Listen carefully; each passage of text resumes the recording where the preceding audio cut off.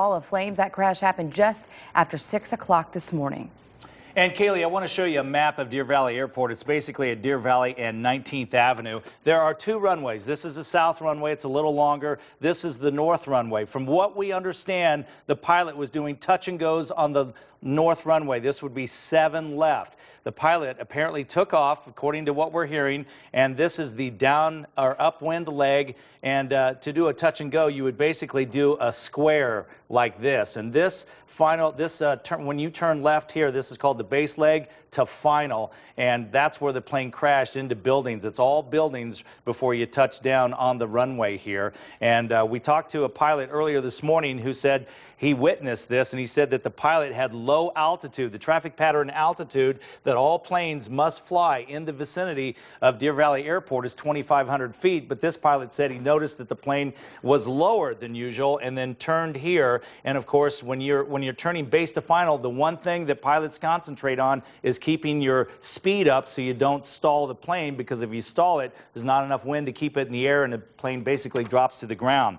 We want to show you a picture of the Cirrus. We understand it's a Cirrus SR-22. It's a beautiful, sporty plane, very expensive plane, a 4-seater. The SR-22 has 310 horsepower, so it's considered a high-performance airplane. So that's a look at the plane that was involved. We don't know anything about exactly what happened or who was on board, but we do know that it was a Cirrus, and apparently they were doing touch and goes out there when this happened. We want to join Javier Soto. He is right near where the plane crashed into that building. Javi?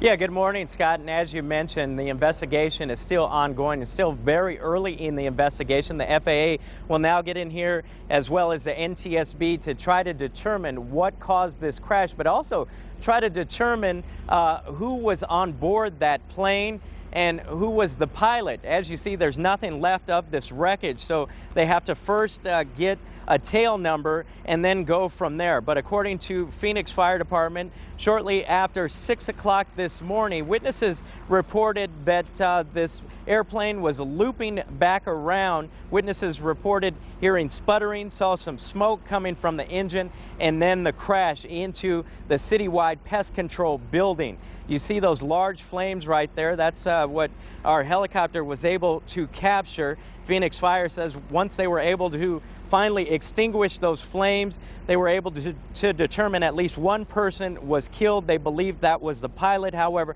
they don't know if anybody else was on board that plane. Now, as you mentioned, this is the north side of the runway, and when we were talking to some witnesses out here, or some business folk who work here every day, they say they're pretty nervous because they see a lot of traffic in and out of here, but they never were ready for what they saw when this plane crashed into this building. We talked to some other witnesses who heard a loud boom. They came out here, they saw some flames, but immediately Phoenix Fire and Phoenix Police moved in here and secured this area to make sure nobody was hurt. Now, also of concern, you see that surveillance video camera right there on the side of that building. Hopefully that was able to capture some images of that plane crashing into the building. I don't know how wide that camera is able to capture some of that video, possibly even seeing that airplane coming toward that building before it crashed. But you see there is nothing left